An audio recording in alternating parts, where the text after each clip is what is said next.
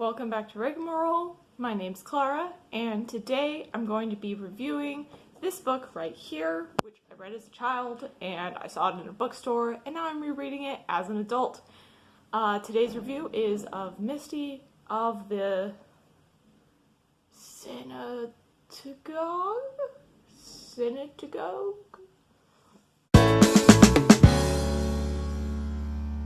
So, apparently, it's pronounced Chincoteague or Chincoteague. So that's what we're going with. That's after me having done some research. I will go ahead and put a video in the corner or something showing where I found that out. But anyhow, so Misty of the Chincoteague, I guess, reader vocabulary problems. As a child, I love this book. I loved it enough that when I saw it on the bookshelf in a secondhand bookstore, I was like, yes, let's go. I need to reread this. I have to say, it started out really strong.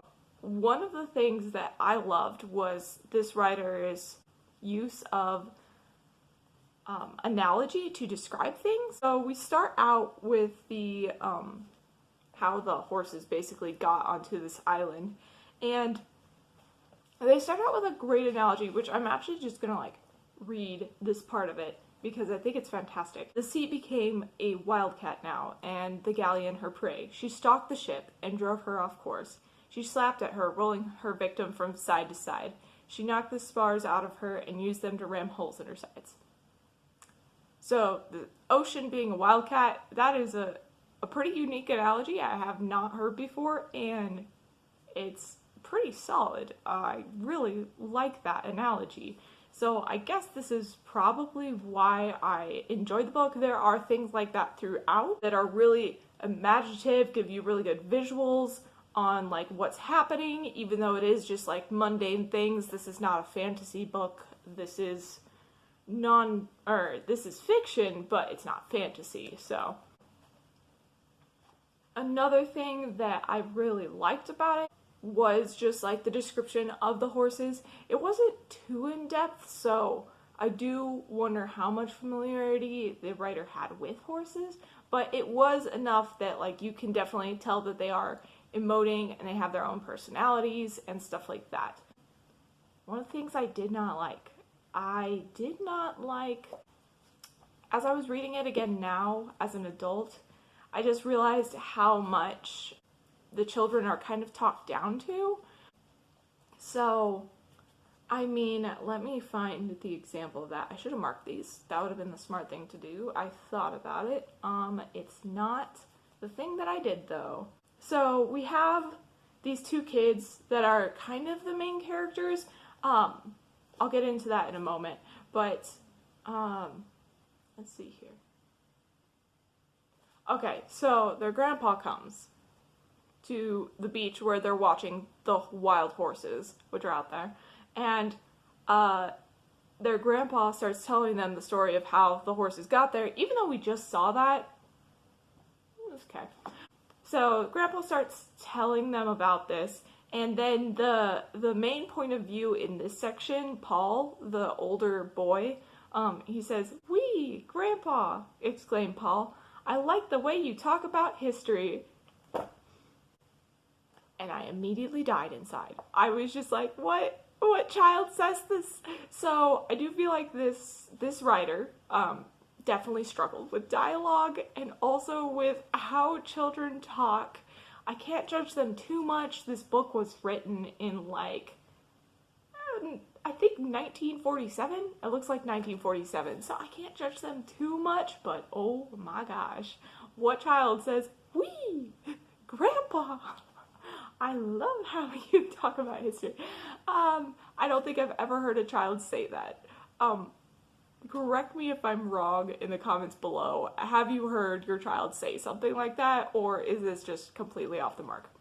Another one of the main problems I had with this book is, and this is something I struggle with, and I'm realizing more and more in my own writing, that this is because of the books I read, probably, and that definitely heavily influenced how I'm now writing, but I struggle with staying in one point of view, because I'm like, well, you can just kind of have omniscient narrators that kind of know what's going on. They don't know everything, but like they can kind of see what's going on. And I feel like there's definitely been a push away from that in the industry to focus on like one point of view, or like when you're in that point of view, you stay there for a while, and then if they die, I'm definitely not referencing anything specific. That's a lie. But if the main character were to die or something, then you switch to a different main character and you're only from their viewpoint. So I do feel like there has been a push for that, or like you go by chapters where each chapter is very obviously marked with a viewpoint change, but like within the context of that chapter you're going to stay in it. This book does not do that. This book switches multiple times in a chapter, sometimes on the same page, between, we have Paul as the main character, the older boy, for the majority of the book. We do switch to his little sister, Maureen, occasionally, where she's the main viewpoint, and then we also switch to the horses sometimes, just without explanation, just like suddenly we are the horses. So, I mean, I enjoy it, and I don't mind switching viewpoints, because usually I pick up on it and I know what's going on, but I do know for some people it can be confusing. So, I think those were my biggest qualms, the talking down to children, and also viewpoint changes that were not clearly delineated. Other than that, though, it's very enjoyable. I actually was tearing up at one part. Spoilers, I doubt you're gonna go back and read this book if you haven't already, but spoilers, when they bring in the wild horses, this mare and this foal come in with them, and the children are dead set on buying them. That's what they've been working for the entire book. And then the child goes at 5 a.m. in the morning to go and tell the fire officer guy that she wants to buy the horses, and someone bought them at 4 a.m. And I died inside, because these children had worked for months to save up enough money to go buy these horses, and then someone else bought them at 4 a.m. in the freaking morning. I was like, what? And the child was like, I should have just woken up an hour earlier. And I was like, child, you were already up at 5 a.m. So, that made me so sad, and I don't want to spoil how things shake out in the book, but it was really traumatizing when I got to that moment because I'd forgotten about it.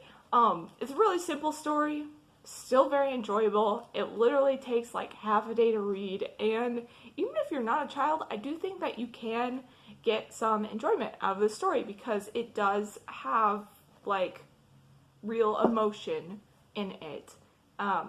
It is a horse book, so there's lots of like horses being like the wind and horses being free. So if you're not really into that kind of thing, I guess not pick it up. But I do think that even if you are not super into horse books, reading this book will enrich your own writing. That's pretty much how I feel about almost any book.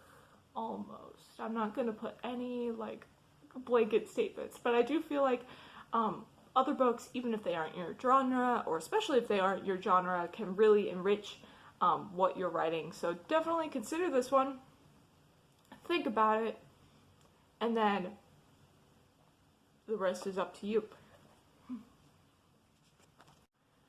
Okay, well, thanks for coming back to Rigmarole, and if you haven't already, go ahead and subscribe and ring that bell so you can get notifications from us.